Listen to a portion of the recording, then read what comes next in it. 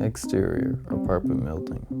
Evening. Lipton is walking beside Benito, a 6-foot-tall robot. They descend the small series of steps from their building, with Lipton both opening and closing the gate for them. The street has several people milling about, standing, smoking pot, playing music. Lipton stops again, lighting up a cigar. He inhales a few puffs. They start walking down the street. Benito, did I tell you about Sydney? Lipton, adjusting his toupee. No. Who's Sydney? Benito. Oh, I thought I mentioned her before. She's a girl I work with sometimes, but she normally works nights. I started talking to her off and on a few weeks ago. She's pretty cool, like some shit I do.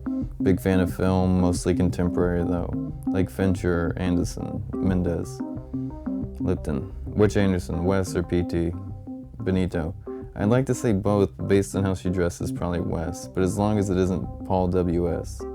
Lipton. So she's got that quirky, beanie-wearing, lover of Arcade Fire type thing going on. Benito. You could say that. She's more along the lines of that whole apathetic hipster bullshit. But man, those hips, those fucking hips, they are literally beyond words.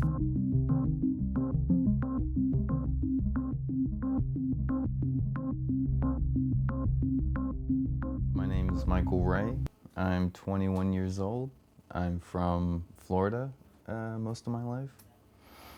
I guess the later parts of my time in Florida were, I guess you could characterize them as very boring, monotonous, routine. I lived in a gated community in Central Florida. Mostly white, mostly lower class, lower income bracket, I guess. Most people were poor. My main passion, I guess, is screenwriting. I like writing films, features.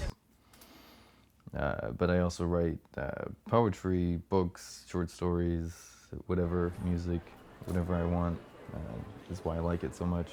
I think it's just a freeing act to express yourself, because it's the only limitation I have are the words I know, and I like to think that I know a lot of words.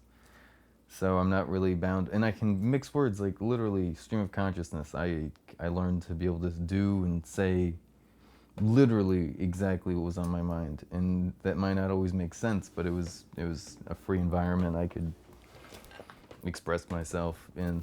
So that was my passion, and then out of that I learned to be able to express not only my own emotions and my own passions, but filter it through different perspectives. And it helped me look at the world differently.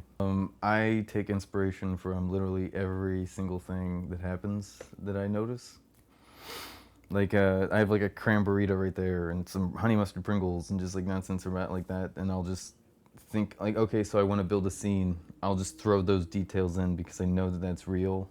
You know, like there's an instance where you're going to be writing something and literally just like you're on the subway train, pick that up. That inspires me. Music I see. Even if I hate the music, I can still use that for a scene where the guy hates the music, you know? Like, you can play it and like, oh, what kind of person likes this shit? Inspiration, I think, is everything, you know? Full feature films, I've written 6 over the past 6 years. Ha Ha, I think, is my favorite at the moment. Ha Ha takes place probably about 30 or 40 years in the future, and it's set in New York City, where we are today. And it's about a probably late 50s, early 60s Jewish comedian who's just kind of just now getting ahead in life. And his best friend is this robot who's just as profane and detached from society as he is. He also has a few friends in the underground comedy circuit, I guess. He's very detached. He just wants to die. It's just about his last segment of his life, I guess. My goals in life: I want to run for Congress in 5 years. Every year has a different goal. I'm getting militant this year, so that's good. But besides that, I want to either win 3 Oscars or be the president. So I have a lot of work to do. It's very hard. I also want to release a rap album. I want to do everything. I don't want anything to stop me. I want to climb a mountain this year. I want to do anything possible. It just all sounds great.